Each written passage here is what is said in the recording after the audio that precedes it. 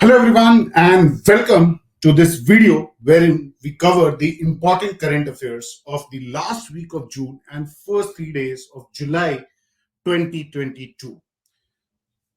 To begin with, India lost the father of public sector undertakings, V. Krishnamurthy. V. Krishnamurthy, also known as father of PSUs in India, passed away on June 26th. He was 97 years old.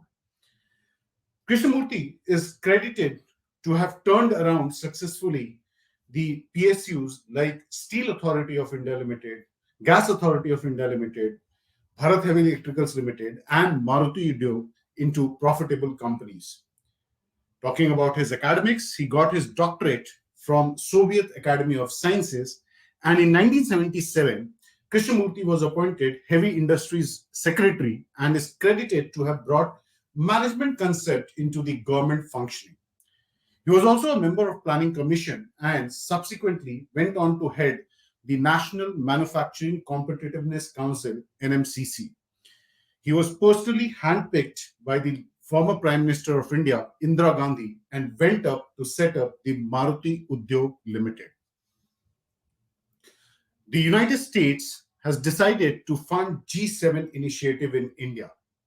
To counter China's flagship trade and infrastructure initiatives, the United States President Joe Biden and G7 leaders have launched Partnership for Global Infrastructure (PGI) initiative. The initiative is meant to mobilize hundreds of billions of dollars and deliver quality and sustainable infrastructure. On the key flagship projects under PGII, it includes U.S. International Finance Development Corporation investing up to $30 million in Omnivore Agritech and Climate Sustainability Fund 3, a venture capital fund that invests in entrepreneurs building the future of rural economy in India. The G7 leaders also pledged to raise $600 billion over a period of 5 years in public and private funds to finance needed infrastructure in developing economies. While India was quick to join the US-led economic group Indo-Pacific Economic Framework, it stopped short of endorsing the PGII initiative. The Maharashtra crisis finally ended with Eknath Shinde becoming the new chief minister of the state.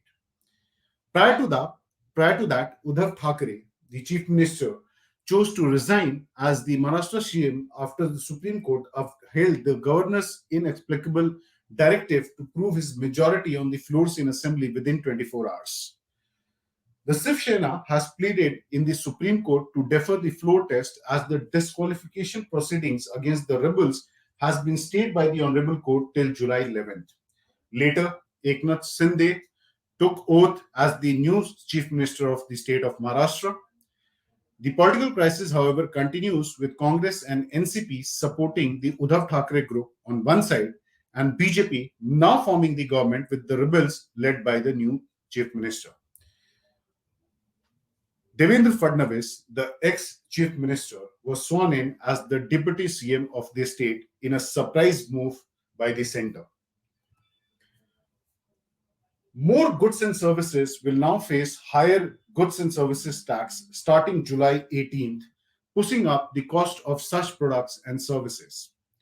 At its recently concluded two-day meet, the GST Council, which is headed by the Finance Minister Nirmala Sitharaman, and with members including the Finance Minister of the states, decided to end exemptions and corrected the inverted duty structure of several items. Pre-packed unbranded food items, certain pickles and lassis, checks, pencils, sharpeners, cut and polished diamonds, drawing and writing ink, cutlery, and hospital rooms will now face GST or higher GST. Services provided by financial regulators and hotel rooms below rupees 1,000 per night and non-ICU hospital rooms that cost more than rupees 5,000 per day will now be included in the tax net. Punjab became the first state to pass Anti-Agnipath Resolution. The State Assembly on 29th of June passed a resolution by voice vote against the Agnipath military recruitment scheme. The state became the first to pass such a resolution against the scheme. Through the resolution, the state government urged the central government to roll back the scheme in the larger interest of the nation. Only the two BJP MLAs opposed the move. Opposing the recruitment scheme, the Punjab Chief Minister Bhagwant Mann asked the centre to roll back the scheme as the initiative is against the youth. The Agnipath recruitment scheme includes recruiting Agniveers for the defense services, the tenure of which will be around 4 years, and 25% of them will continue with the services for another 11 years. Rest will retire with no pension benefits. The rupee ended weaker for the third consecutive quarter, its worst performance since the last quarter of financial year 20. The rupee touched 79 per dollar last week, with dollar now surging to its strongest level in the last 2 decades. The central bank, Reserve Bank of India, has around $600 billion in its forex reserves. The Sensex is also down by 10% in the first half of the year, hovering around 51,000 now after touching the peak of 61,000 in January this year. The good news about the economy includes the core sector growing around 18.1% in the month of May 2022.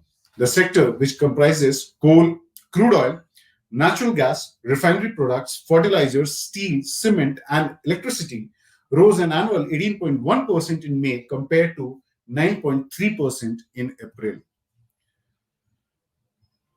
The Central Cabinet approved the computerization of 63,000 functional primary agriculture credit societies (PSUs) across the country at a cost of rupees 2,516 crore over the next 5 years. The move, which is aimed to benefit 13 crore farmers, will bring such societies on a common platform at a national level through a common accounting system for their day-to-day business. PSUs accounts for 41% of the Kisan credit card loans given by all the entities in the country. Around 95% of these loans given by PSUs are disbursed to small and marginal farmers. Besides PSUs, state cooperative banks and district central cooperative banks have already been automated by NABARD and brought on the common banking software. In a surprise move, the central government has renewed its hunt for the missing 12 kg gold coin, also considered to be the world's biggest ever. The renewed effort to hunt the coin comes after 4 decades of futile search. The coin was last seen in the possession of titular Nizam VIII of Hyderabad, Mukarram Shah, who reportedly tried to auction the same to Swiss Bank in 1987. The last Nizam had inherited the coin minted by Emperor Jahangir. The number of COVID cases continue to be on the rise. The country reported 1 lakh fresh cases of COVID in the week ending June 26th. The rise is approximately 25% higher over the previous week. The country also saw the count of COVID deaths crossing 100 for the week, which is the first in over the last 3 months. The data released reveals that the rise in infections is slowing down in the states reporting the highest numbers, Maharashtra, Kerala, and Delhi. However, the cases are surging in the other states at this point of time. With Turkey agreeing to lift its opposition to Sweden and Finland joining the NATO, the stage is now set for the two nations to join the organization. Russia's invasion of Ukraine on February 24th has prompted the two nations to abandon their non-aligned stance and apply to join the NATO.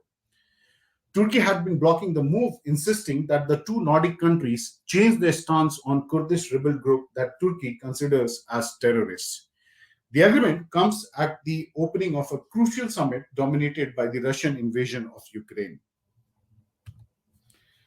In another move, Iran, which holds the world's largest gas reserves, has applied to join the BRICS group. BRICS comprises of Brazil, Russia, India, China, and South Africa. Another nation, Argentina, has also applied for the membership of BRICS, according to Russia. As per Russia, the applications are an evidence that the West, led by the United States, was failing to isolate Moscow over the Ukraine conflict. BRICS currently accounts for more than 40% of the world's population and 26% of the global economy. Don't forget to subscribe to the channel and press the bell icon to receive regular updates about our videos and sessions. And also do join our other social media platforms, Facebook, Telegram, and Instagram.